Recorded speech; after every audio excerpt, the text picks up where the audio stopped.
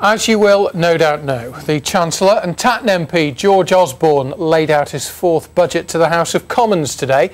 In a moment we'll hear from our political editor Arif Ansari, who's in Westminster, but first we're going to hear from businesses in Burnley. Yes, the town prides itself on having a higher percentage of workers employed in manufacturing than Germany, and yet it still has a higher than average jobless rate.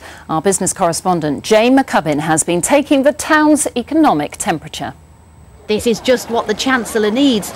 No, not a spa break. You might fancy one after today, but investment and jobs. Andrew Brown's just invested $4 million with 50 new staff. We got regional growth funding to help with this project. It wouldn't have gone ahead without that. But I think the government's still spending more money than it should be spending. Rachel and Amy have both felt the heat of this recession. One works in construction, a sector massively hit, the other a squeezed public sector. I appreciate there's got to be cuts, something's got to be done, and I don't know what the solution is. But the spa's a success because there is new money in this old mill town, especially here in aerospace. This company's just invested $1 million. This bit of kit cost £500,000 and it makes one of these, which is involved in the reverse thrust on the world's biggest passenger plane, you know, the noisy bit when it comes into land. And they can spend this amount of money, invest it, because this sector, especially in Burnley, is literally flying right now, and the government is backing it. The government's giving $1 billion to this sector. They say they need it fast. Jobs will follow. We'd like to think that it will filter down to us. There is some signs that there is some coming out, but we need a lot more. But jobs are in short supply here. Figures today show unemployment up in the northwest, significantly down in London. The north-south divide is a reality. Michelle Davis has just come from the job centre. She's got one job that's working Saturdays for only 12 hours, and unless I'm a mechanical engineer, which I'm not, she has nothing at all at the moment to offer me. So what do you feel George Osborne has to offer you?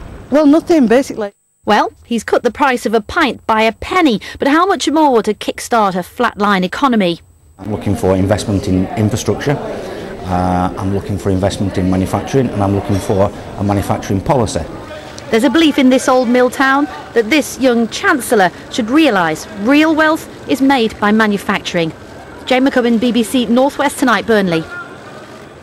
Well, our political editor Arif Ansari has spent the day in Westminster forest monitoring events, and earlier he sent us this report. And this wasn't just about the economy, it was also about George Osborne's political reputation. So how did he do? I'm joined by two Lancashire MPs, Gordon Marston and Andrew Stevenson. And Mr Stevenson, it was a bad start for the Chancellor in some ways, wasn't it? Because we saw unemployment going up again, and we heard there from Michelle Davis saying that she can't find a job. Well, it's a difficult economic background for everyone at the moment. Families are struggling. However, unemployment is now lower than it was at the last general election. We've seen 1.25 million jobs created in the private sector. That is good news.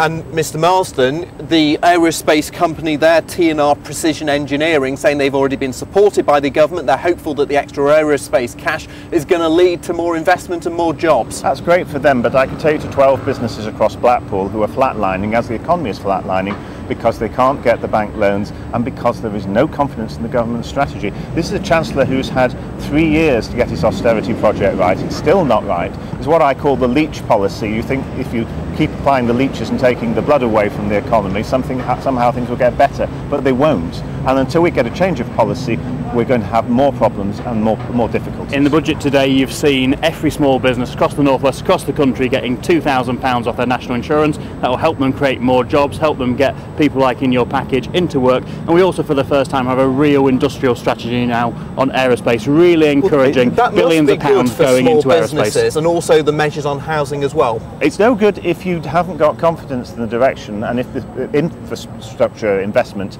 is still down on what it was. It's a higher level than it was. Andrew, let me finish. It's still way down on what it was 3 or 4 years ago. They haven't put more money into the economy. The £2.5 billion is a flea bite compared to the £200 billion they've overshot on their investment. Thank you both very much indeed. So no specific measures today announced for the northwest economy, but nevertheless some pretty profound changes heading our way.